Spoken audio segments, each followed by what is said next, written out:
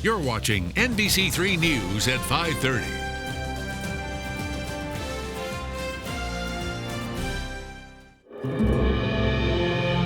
The second caller states they heard between 30 and 50. That's 30 to 50 shots. A Fort Drum soldier accused of killing his wife and the state trooper who rushed to help. He was extremely active in his community. He was a good husband and a father. We're learning more about the trooper and his impact on the community. I think everybody is mobilizing to support the family right now. Affirmative, got shots fired. One subject down, not sure who it is. And help tonight for anyone in a strained relationship. To those who find themselves in a domestic violence situation, the help is here for you, but don't ignore the warning signs. Killed in the line of duty, a community searching for answers tonight after that state trooper was killed. State police say Trooper Joel Davis was responding to a domestic dispute at a home when he was shot and killed. And tonight, a Fort Drum soldier is arrested in the murder of Trooper Davis, along with the murder of his wife. We have a lot of details to get to you, but here's what we can tell you tonight. This all happened at a home off County Route 46 in the town of Theresa just after 8:30 last night. Investigators say Trooper Davis arrived at the scene and heard gunshots coming from the home. State police say Trooper Davis got out of his car and approached the driveway. That's when he was shot in the chest once. He was found lying in a ditch on the side of the road. He was taken to the hospital where he died from his injuries about an hour later. At the scene, troopers also found the suspect's wife, Nicole Walters, dead in the driveway of the home with multiple gunshot wounds. Another victim, Rebecca Finkel, had a gunshot wound to her upper body. She is expected to be okay. Now here's who we're talking about. The shooter has been identified as Justin Walters, a staff sergeant. He was an active duty Army infantryman based out of Fort Drum, been in the Army for 10 years plus. Investigators say Walters surrendered when other troopers arrived on the scene. Just within the last 20 minutes or so now, he was arraigned on charges of first and second degree murder. You saw it here live on NBC3 News as it took place. There's been an increase in law enforcement deaths in the U.S. This year, there have been a total of 68 nationally, which is up about 8% from a year ago. And New York State had the highest number this year with 8 fatalities. Half of those were within the state police. Right now, our Brett Hall joins us live from the town of Luray in Jefferson County with more on how troopers are dealing with the loss of one of their own. Well, as you can imagine, it's a very tragic situation, and state police do have a service at their disposal run through the department out of Albany that does provide counseling to anybody who needs help or needs to find a way of comfort following an incident like this, which many might, because this trooper was a very big force in law enforcement in the North Country. Before 4 years in the state police, Trooper Davis served as a deputy sheriff in Jefferson County, and his brother was a Watertown police officer, we have learned. So this law enforcement family is definitely feeling a loss this evening, but a lot of support. As we were here at the town of Luray Court, we saw many law enforcement personnel, not only from state police, but Jefferson County sheriffs, as well as other municipalities, come to watch the rearrangement of the suspect and the person accused of taking this trooper's life. Right, you've been talking to state police up there today. You also had a very poignant conversation with an assemblywoman from that area. She was quite emotional. Tell us about that. She was very emotional. As she said, she grew up with Trooper Davis. She said it was not only something through school, but in a community. They'd see each other. She talked about going to their house when she was younger. It would always be a very festive occasion with games and just a great all-around family that really dedicated their life to not only making the North Country fun, because Trooper Davis, he volunteered as part of his Little Leagues and different sporting events around town, but he also dedicated his life to protecting the community that he grew up in and he loved. So she was very emotional that this person that had always been a point of comfort for her is no longer with her. Brett Hall, thank you for that live report. Been on the story throughout the day today, including being there when the state police gave their news conference about 1:45, 2 o'clock this afternoon. Thank you, Brett. We continue our team coverage tonight with Dan Messinio. He joins us live from Evans Mills, Trooper Davis's hometown, with more on how the community is reacting to his death. Dan? Megan, we're hearing from a lot of people today, sending their condolences to Trooper Davis's family and friends, everyone from Governor Cuomo to state lawmakers.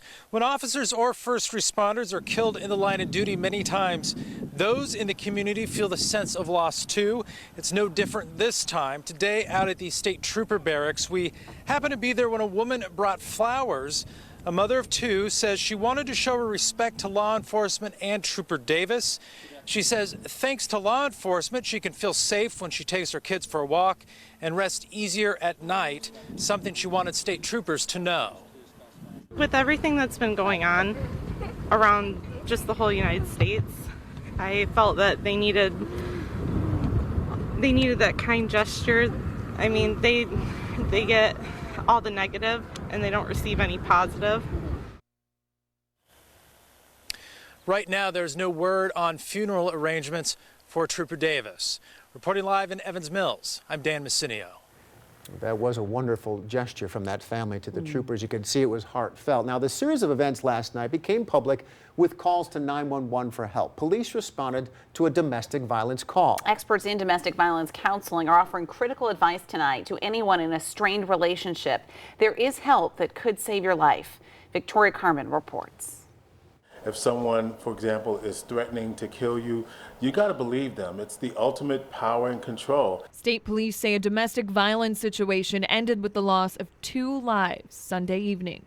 George Kilpatrick works with outreach for Avera House in Syracuse. He says the agency has worked with law enforcement on how to respond to domestic cases. We've heard anecdotally from police officers it is very difficult, especially when you're in a situation and it's very heightened, it's very emotional, it's very tense, and you're trying to de-escalate that situation as best you can. This latest tragedy sheds light on domestic violence and the danger it creates. The Avera House says awareness and recognizing the signs that you or someone else you know is in trouble is key, because domestic violence too often goes unreported. When you're ready, we're ready to help you, and the help is here for you, but don't ignore the warning signs. We can raise our antenna about that and not be bystanders that don't do anything, but be bystanders that do something. If you see something, say something, you could be saving a life. Reporting in Syracuse, I'm Victoria Carmen. Contact Avera House. We'll get that information on our website tonight. And for the latest information on the slain trooper, go to our website at cnycentral.com. Let's get a check on our weather now. Chief Meteorologist Wayne Mahar is in the Weather Center. Wayne? And we had a fairly quiet weather day today. We had some sunshine mixed with a few clouds, a dry looking day. But looking ahead, I think we've got showers and thunderstorms on the way, especially for late evening, overnight, and for tomorrow. And our concern again for tomorrow, especially with daytime heating, is some of the storms could be strong and gusty. Here's what's going on right now with live triple Doppler radar brought to you by Falso Service Experts, and all quiet around the immediate region right now. So if you're going to be out and about for this evening, for the next 2-3 hours anyway, I would say we're probably going to be okay. But you notice there are the first sign of a few showers out and just offshore from Rochester, also far western New York, and these are going to be moving eastward. We've widened out the view, and you can see what we're seeing back here, western New York right now, is sort of the northern extent of this batch of more organized showers and storms that'll probably slide off down to our south. But I think we'll get a few showers and storms developing late evening and for the overnight. And then with additional energy back here in the upper Great Lakes, you can see more storms back here, along with maybe a little bit of heating from the sun. We can't rule out scattered showers and scattered thunderstorms for tomorrow. So forecast then for tonight, our fast cast, we'll call it a 6, 7, 8 o'clock, mostly cloudy, but a dry evening, 78 degrees. By the time we get to late evening, overnight, on into tomorrow morning, the risk for scattered showers and scattered thunderstorms. 7 o'clock tomorrow morning, we're at 70 degrees. 5 o'clock tomorrow evening, we're 79. High temperature tomorrow, 82 degrees. Sum up the entire week ahead, it's still a changeable weather pattern. The shower thunderstorm threat will be there almost every day to varying degrees. Tonight, tomorrow, showers, thunderstorms, maybe a gusty storm. And then I think the next round of somewhat more organized showers and thunderstorms, that'll be probably coming in here Wednesday night on into Thursday. We'll keep an eye on those. Here's a look outside right now. Stanley Law Skywatch overlooking the city with the Stanley Law camera, and Route 81 from Adirondack Furniture, all quiet right now. Clouds and intervals of sunshine. I'll be back to talk more about the entire week ahead in a few minutes. Thank you, Wayne. Developing news tonight. The body of a Central Square woman has been recovered in Jefferson County. Deputies say they responded to Floodwood Pond in the town of Ellisburg for reports of several people struggling in the water. The pond spills into Lake Ontario. Officials say Yvonne Krause was trying to save several children when she was overcome by the current and drowned. Her body was found in Lake Ontario. Police have identified the victims in a deadly fire in Oneida over the weekend. It happened Saturday just before 3 in the morning at a home on the 300 block of Lenox Avenue.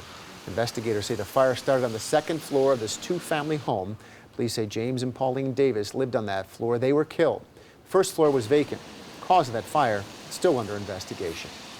State lawmakers are now warning people about the dangers of a new trend. A Florida-based company produces a chocolate-based powder called Coco Loco that users sniff to get a buzz. Sniffing the chocolate powder is said to elevate users' mood, giving an ecstasy-like euphoria. Consists of raw cocoa powder and other ingredients used in energy drinks. Senator Schumer is calling on the FDA to look into possible harmful effects of this product. Well, coming up on NBC3 News at 5:30. More on our breaking news story today. Alex Rusilla joined us live. Alex? Well, we're here at the town of Luray Court just about half an hour after the arraignment of Justin Walters. I'm Alex Rusilla, and coming up next, we're going to be talking about how he was brought in and then really the showing from state troopers on the way out the door. We are heading to Seneca Falls as part of our Your Town series featuring communities across the region. We'll take a look at one of the area's most unique features coming up. You're watching NBC3 News at 5:30 with Matt Mulcahy, Megan Coleman, Chief Meteorologist Wayne Mahar, and sports with Nico Tamurian, winner of the 2017 Emmy Award for Best Newscast.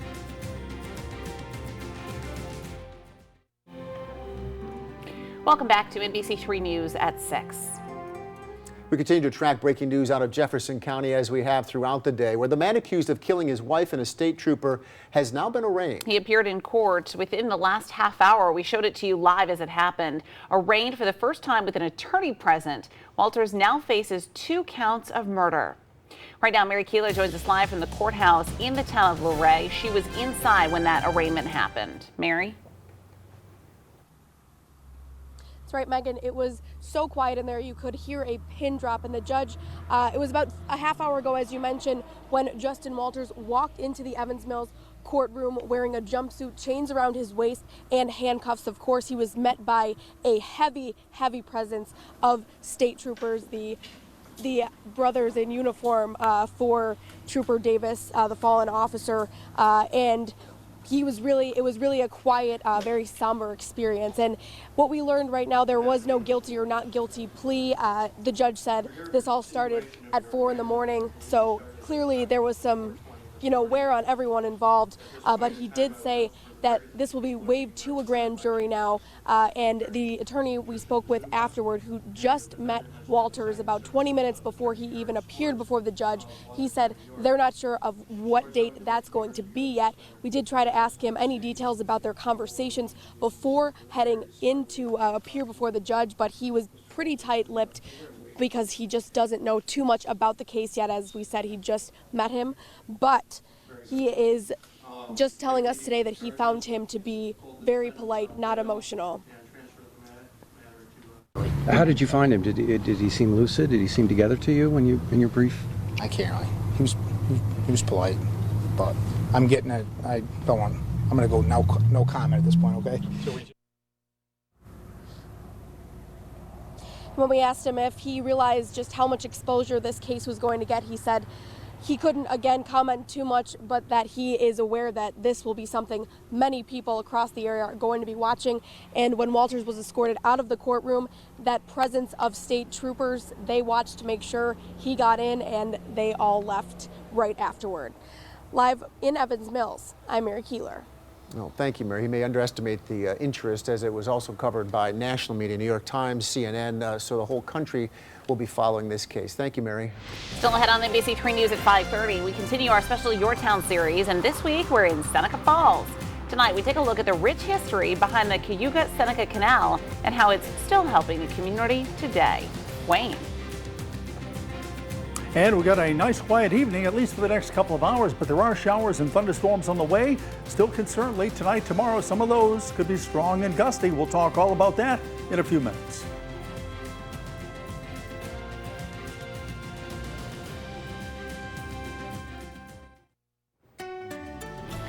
Welcome back to NBC3 News at 5:30. Tonight we continue our special 5-week series featuring communities across central New York. And this week we're taking you to Seneca Falls to explore what makes it so unique. Alex Rusilla shows us the rich history of the Cayuga-Seneca Canal and how it's still helping Seneca Falls today. The name Seneca Falls isn't intended to be misleading. There actually were rapids or falls in the Seneca River that give the community its name. The reason they're gone is all thanks to the Cayuga-Seneca Canal running right through the middle of town. Its beauty and rather unique concept are both best seen through the eyes of a first-time visitor. Susan Lopez is visiting Seneca Falls from California. It's beautiful. I wish I could see what it looked like when they were going up and down and the ships and the workers, are just imagining it. Francis Carasillo is with the Seneca Falls Historical Society. He says construction of the original Cayuga-Seneca Canal actually predates the nearby Erie Canal, which is celebrating its 200th anniversary this year. Also, he says the concept of a cross-state canal started with one of the founders of Seneca Falls. I think it's just significant that the idea first seemed to come to light here. As the name suggests, the Cayuga-Seneca Canal connects two of the Finger Lakes to the Erie Canal. It helped spur on the already growing mill town of Seneca Falls. Once it started growing, it grew rapidly. It was a boom town. It was one of the fastest growing industrial boom towns in the country at one time. This year marks the canal's 100th anniversary since the last construction was done to flood the original canal and create the wider scene you see today. More than 100 old buildings, including the largest manufacturer of fire engines in the world, were flooded to allow for larger boats to pass through. When they drained the canal, you can still see remnants of old locks, foundations from the old factories. There's actually the abutments of the Seneca Street Change Bridge still there today, but now sitting under 35, 40 feet of water. The last time commercial ships regularly came through Seneca Falls was back in the 1970s. Its main purpose now is purely historical and recreational, helping spur on the local economy. It's still opening up Seneca Falls to the world, but now for other purposes. We've had boats stop here from the Gulf Coast, from the Mississippi. It's great. A relaxing time out on the water. What's a better way to spend the day? Reporting from Seneca Falls, I'm Alex Rusilla. Looks beautiful, doesn't it? I mean, Alex, boy, he takes good pictures, doesn't he? And he's having a lot of fun while doing it. Tells a great story, too. We're going to be in Seneca Falls throughout the week here on NBC3. Each night we'll show you something else that makes this community so special. And we'll be broadcasting live from Seneca Falls starting at 5 o'clock on Friday nights. That is going to be fun. Chief Meteorologist Wayne Mahar has one job for this week. Make sure no rain on Friday in Seneca Falls. Make sure the weather from 5 to 7 roughly is pretty good in Seneca Falls. I'm working on that. I am working on that already. But no, it's going to be a good time, and we'll celebrate Seneca Falls. And I'm sure as the week goes on, learn a lot more about just how great Seneca Falls is, just as we did last week with Ithaca. I had a great time in Ithaca, too. Okay, as far as our weather, good-looking day today. Got more clouds around right now. These clouds we're seeing right now, that's sort of the forerunner of a few showers and thunderstorms coming in here overnight tonight and tomorrow. Here's live triple Doppler radar brought to you by Falso Service Experts. You can see a couple of showers right now just offshore from Rochester. A few showers out over western New York right now. And that activity is going to be heading eastward. As we widen out the view, you can see what we're seeing right here, Rochester, Buffalo area. That's sort of the northern extent of this larger batch of showers and storms working on in through Pennsylvania. I think some of this activity will tend to sort of rotate up into parts of central New York tonight. But basically, from later on this evening, let's say 8, 9 o'clock, on in through the night and on into a good chunk of the day tomorrow, we're going to run the risk for some scattered showers and scattered thunderstorms. And there's a risk that during the daytime hours tomorrow, ahead of a weak front with a little bit of daytime heating, there could be a strong gusty thunderstorm in there as well. So sum everything up then, what we're looking at for the entire week ahead. Showers and thunderstorms, the threat is there almost every day to varying levels, okay? Tonight and tomorrow, later on tonight, tomorrow, showers, thunderstorms, maybe a gusty storm, and then look for another round of showers and storms, probably getting in here Wednesday night and going on into Thursday. We'll keep an eye on those as well. So overnight tonight, a few showers and storms developing, low temperature 68. And for tomorrow, we'll look for a good deal of clouds. It'll be humid, scattered showers and thunderstorms, chance of a gusty thunderstorm, and the high temperature 82. Boating forecast tomorrow, Lake Ontario, southwest wind becoming more west later in the day, 5 to 15 knots, 0 to 2 foot waves. Obviously, waves and winds a little higher in any of those scattered thunderstorms. Oneida Lake tomorrow, southwest west, 5 to 15, 0 to 1 foot waves. And the Finger Lakes tomorrow, generally flat water conditions. So here's that 7-day weather outlook. Again, a high tomorrow at 82. On Wednesday, we'll look for late day showers and storms going on into Wednesday night, tapering off on Thursday, 83 degrees on Wednesday, 81 degrees on Thursday. And then as we make our way towards the end of the week, there's not a whole lot of change in the pattern. Scattered showers and thunderstorms around on Friday, 77. How about a couple of widely scattered showers around on Saturday at 83 degrees. Sunday, I'll say a scattered morning shower, otherwise partly sunny, 78. Here's a look outside. Stanley Law Sky Watch overlooking the city with a Stanley Law camera. And right now, more clouds than sun, but it is dry and a fairly pleasant early evening. That's the latest from the weather outside. Yeah. Coming up tonight on NBC3 News at 6. Sam. Coming up next, find out what this community is saying and see how they're showing respect for Trooper Davis's life. Plus, we're learning more about the Fort Drum soldier. This is new video in the last 45 minutes. He was just charged with killing his wife and a New York State trooper. We'll have more on his background and what neighbors around the scene of the shooting had to say. You're watching NBC3 News at 6. Being advised, there's shots fired towards the residence. A North Country wife shot and killed, a state trooper being mourned tonight. Trooper Davis was 36 years old and is survived by his wife and 3 children. Neighbors heard the gunshots ring out. Second caller states they heard between 30 and 50. That's 30 to 50 shots. Now a community left to grieve. As soon as I heard that it was Joel, my body began to shake and I immediately was crying. Affirmative, got shots fired. One subject down, not sure who it is. A Fort Drum soldier accused of killing his wife and the trooper who ran toward the danger. I hope that their happiness can come back, because that's the thing I remember most is how tight a family they are. Tragedy strikes in the North Country. The community reeling tonight after a state trooper killed in the line of duty while responding to a domestic dispute call at a home in Jefferson County. And state police say a Fort Drum soldier is under arrest, charged in the murder not only of the state trooper but also his own wife. It happened at a home off County Route 46 in the town of Theresa just about 8 o'clock last night. Investigators say Trooper Davis arrived on the scene, first one there. He heard the gunshots at the home. He was then shot in the vest when he approached the driveway. Troopers also found the suspect's wife, Nicole Walters, dead in the driveway. Another victim, Rebecca Finkel, with a gunshot wound to her upper body. She's expected to survive. Justin Walters surrendered to state police when he arrived on the scene just minutes later. He was dressed in only shorts, you can see, when he was brought into court around 4 o'clock this morning to be charged with first and second degree murder. We have extensive team coverage tonight. Brett Hall, Samantha German, Alex Ruscilla, and Justin Page all reporting from Jefferson County tonight. And let's begin tonight with Brett Hall. He's in the town of Theresa with the latest on the investigation.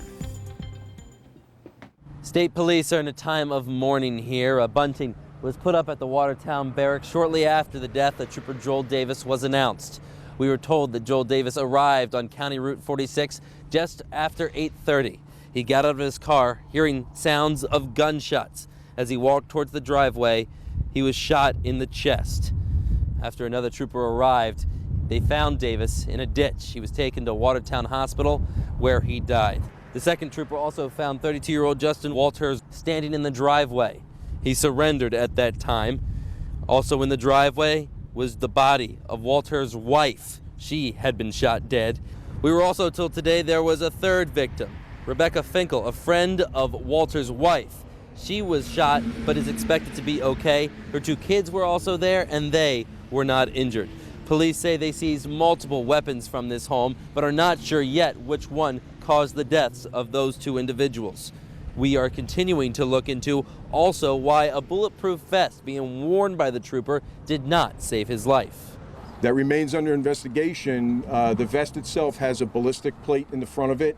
We believe that this round entered to the side of that and fatally injured the trooper.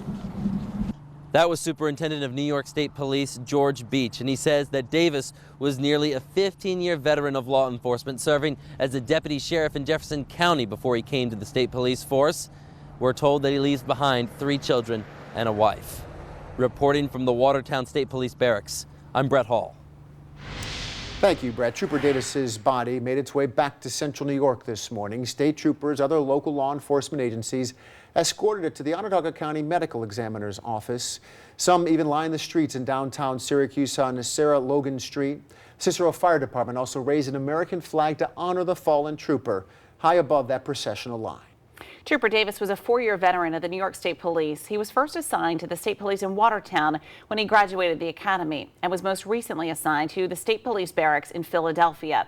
He was 36 years old and is survived by his wife and 3 children. Samantha German continues our team coverage tonight. She's live in Evans Mills, where Trooper Davis lived. Sam. Matt and Megan, almost everywhere you look today here in this area, you'll notice flags being flown at half-staff to show respect and honor the life of Trooper Davis. Now, just about everyone who I spoke with today says whether you knew him or not, he had a huge impact on this tight-knit community. It's a day full of mourning in the Evans Mills area. This tragedy hits especially close to home for Jessica Soares, who was a family friend of Trooper Joel Davis. The community is very close, and he was a very important part of our community. So knowing of his family and of his children and of the great loss that they're experiencing just tore me to pieces. Jessica says he was a good father to 3 children and a husband to his high school sweetheart. She says Trooper Davis was very involved in the community and coached youth baseball. That he was a wonderful person. He took great care of his children. He was always playing basketball in the yard when he was home. Just a very, very wonderful, kind human being. Lillian Hunt lives in the middle of Evans Mills community. She says her daughter and son-in-law knew Trooper Davis well. We really lost a real good guy, and he's really going to be missed and everything. She says Trooper Davis's loss is felt by the entire community and will likely be for a long time. Make sure you leave the lights on all night. Don't turn them off, the blue light and the flag, and it's in honor of him. Just about everyone who I spoke with today says he was just a wonderful man. They also said that he never looked down on anyone. He will truly leave a hole in this community. Reporting live in Evansville, I'm Samantha German. It is high praise. Thank you, Sam. Governor Andrew Cuomo ordered all American flags in state government buildings to be lowered to half-staff today, and he released a statement mourning the loss of Trooper Davis. The governor said this today, quote, "I ask all New Yorkers to keep Trooper Davis's family, loved ones, and colleagues in the state police in their prayers during this incredibly difficult time." Congresswoman Elise Stefanik, who represents the 21st District, gave this statement saying, quote, "Our law enforcement puts themselves at great risk to protect us each day. And in the wake of this unspeakable tragedy, our hearts mourn with the entire law enforcement community." Tonight, the man accused in the deadly shooting was just arraigned on charges of first-degree and second-degree murder. You saw it live on NBC3 News at 5 o'clock. State police say Justin Walters was an active-duty staff sergeant at Fort Drum. Right now, our Mary Keeler joins us live from the town of Luray Court. She was inside when this suspected shooter was arraigned by the judge. Mary. That's right, Matt. Justin Walters, just about an hour ago, was rearraigned with an attorney present. The judge said this has been going on since 4 a.m. when he was supposed to be arraigned for the first time here in the town of Luray Court. But he was greeted by a heavy presence of New York State Police, some not in uniform, but really filling out the entire courtroom. He was in Walters, was in a orange jumpsuit with handcuffs, and what we learned today, there was no plea. This is now being waived to a grand jury. We spoke with his attorney afterward. He said they're not exactly sure when that next court appearance or date is going to be. He said he just met him, Walters himself, about 20 minutes before he actually appeared before the judge. So this is still a very new attorney, and it's just a new relationship in general. He's getting familiarized with this case, and he says that there wasn't much to talk about his demeanor, but that he wasn't particularly emotional. Mr. Walters, do you have anything to say about what happened?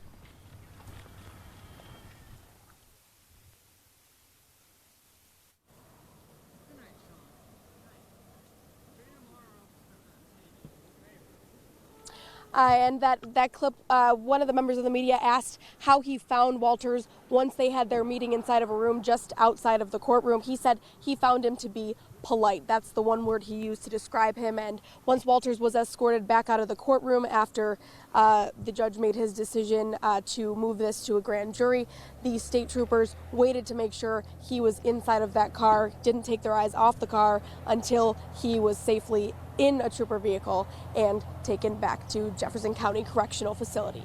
Live in the town of Luray, I'm Mary Keeler.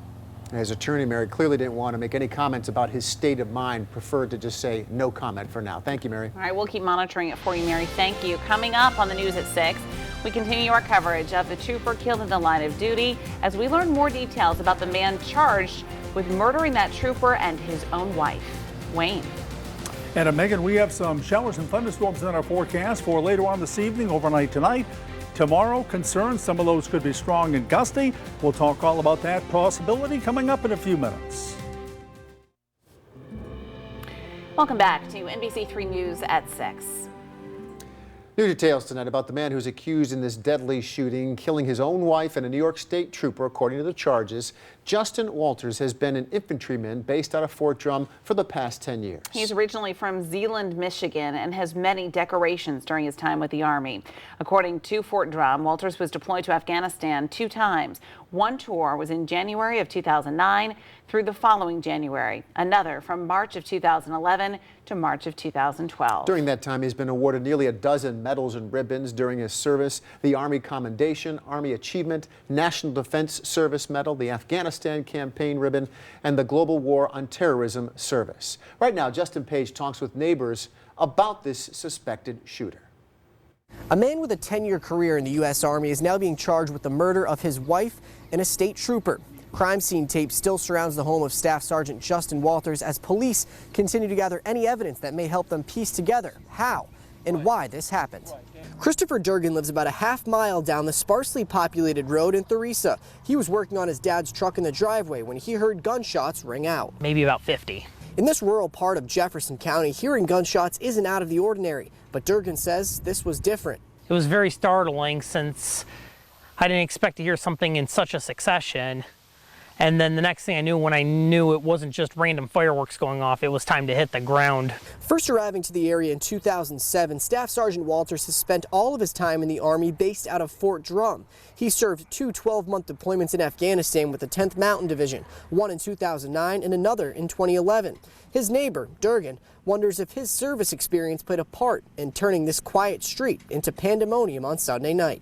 Very loud, very chaotic, and basically I knew the best thing was to stay indoors. Once inside, Durgan says he listened to police and fire chatter through scanners on his personal radio. It was like an all hands on. It was like everybody that needed to be ready, get down here. As he began to learn the details about what happened, he says a harsh reality set in. It was very startling that something like this could happen in a small town out here in the middle of nowhere. The Army's Criminal Investigation Command is involved in the investigation. However, it is being led by the New York State Police. Reporting from the crime scene in Theresa, I'm Justin Page. So the Army will be working side by side with the state police and digging into his military record to see if there's any motivation within that. Major General Walter PIATT at Fort Drum had this to say about the deadly shooting involving one of their own, saying, quote, "Trooper Davis is a hero. It takes an uncommon valor to run toward acts of terrible violence, to sacrifice for the safety of strangers. The deaths of a young mother and this brave officer are a reminder of a terrible tragedy, and we are deeply affected by their loss." Still ahead on NBC3 News at 6. A look at live triple Doppler radar, and we are keeping a close eye on the radar for any wet weather. We'll check in with Wayne next.